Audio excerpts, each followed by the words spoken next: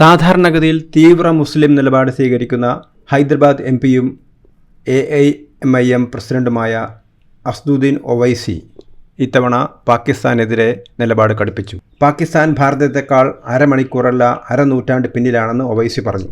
നിരപരാധികളെ കൊന്നൊടുക്കിയതിലൂടെ തീവ്രവാദികൾ ISIS പിന്മുറക്കാരാണെന്ന് തെളിയിച്ചിരിക്കുകയാണെന്നും ഒവൈസി കുറ്റപ്പെടുത്തി. മഹാരാഷ്ട്രയിലെ പ്രഭാനിയിൽ പൊതുസമ്മേളനത്തിൽ സംസാരിക്കുകയായിരുന്നു ഒവൈസി. കഴിഞ്ഞ കുറേ വർഷങ്ങളായി ഭാരതത്തെ ലക്ഷ്യം വെച്ച് പാകിസ്ഥാൻ ഭീകരരെ വളർത്തിയെടുക്കുകയാണ്. പഹൽഗാമിൽ നിരപരാധികളെ കൊല്ലുന്നതിന് മുമ്പായി ഭീകരർ മതം ചോദിച്ചതായി അറിഞ്ഞു. ഏത് മതത്തെക്കുറിച്ചാണ് നിങ്ങൾ സംസാരിക്കുന്നത്? പഹൽഗാമിൽ നിങ്ങളുടെ പ്രവൃത്തി തെളിയിക്കുന്നത് നിങ്ങൾ ISISകാരുടെ പിന്മുറക്കാരാണെന്നാണ് ഒവൈസി പറഞ്ഞത്. ഭാരതത്തെ ആക്രമിക്കുമെന്ന പാകിസ്ഥാന്റെ ഭീഷണിയെയും ഒവൈസി രൂക്ഷമായി വിമർശിച്ചു. പാകിസ്ഥാൻ ഭാരതത്തെക്കാൾ അരമണിക്കൂറല്ല അരനൂറ്റാണ്ട് പിന്നിലാണ്.